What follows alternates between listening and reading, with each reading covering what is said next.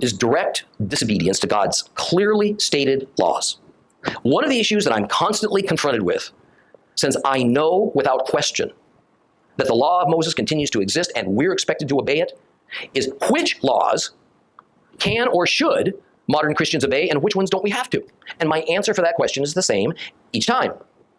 We must find the principle underlying each law and then follow the spirit of the law, especially when it seems impossible to follow the letter of the law. And that task is not as hard as it may sound, nor is it the sole realm of theologians to answer the question.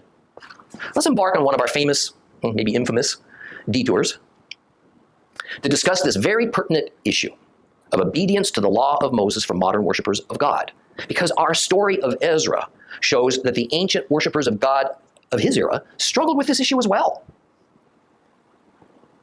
The most fundamental concept for all of God's worshipers to grasp is that all the law, all of it, is built upon the Ten Commandments.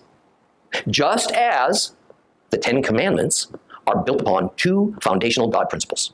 One is found in Deuteronomy 6:5. The other is found in Leviticus 19:18. Deuteronomy 6:5. And you are to love Adonai your God with all your heart, all your being, and all your resources. And Leviticus 19:18, don't take vengeance on or bear a grudge against any of your people. Rather, love your neighbor as yourself. I am Adonai.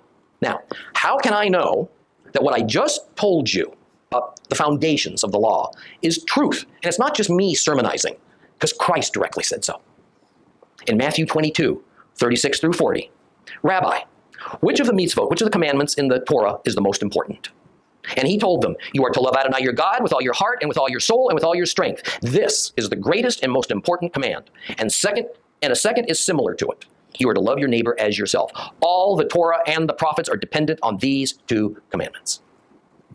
Again, pretty definitive. Essentially, the love your God and love your neighbor commandments are speaking of the guiding principles for all relationships and all the law. Love God concerns our relationship with the Lord. Love your neighbor concerns our relationships with human beings. Therefore, the Ten Commandments expound upon those two principles. And they give us a broad overview of how we show love to God and how we show love to our fellow man, our neighbor. Once those 10 broad commandments are given, the 10 commandments, all the rest of the law, traditionally that's 603 more, is essentially case law that gives us many examples of how or how not to bring about each of the 10 commandments in practice. There are two overriding realities concerning how to obey the law that modern believers have to contend with, but only one of them, which was also pertinent to Jews in Ezra's day. The issue that we have to contend with that they didn't is that there's no temple and priesthood in our time. So none of the ritual law can be followed in our time, and none that's attached to it. Not even modern Orthodox Jews living in Israel can do the Torah ritual law because it still requires a temple and a priesthood, neither of which currently exist.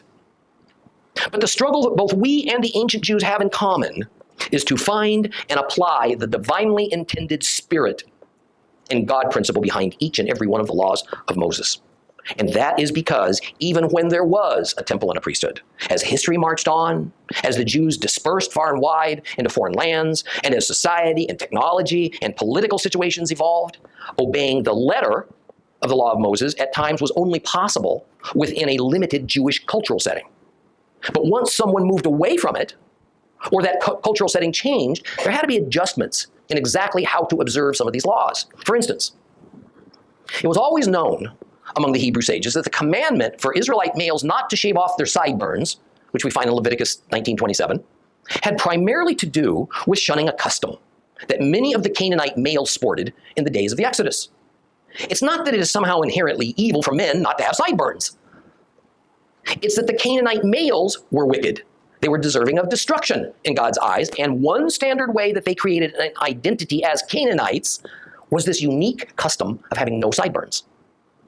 Therefore, the Lord insisted that the Hebrew males were not to do the same because he wanted no visible connection between his people and the Canaanites.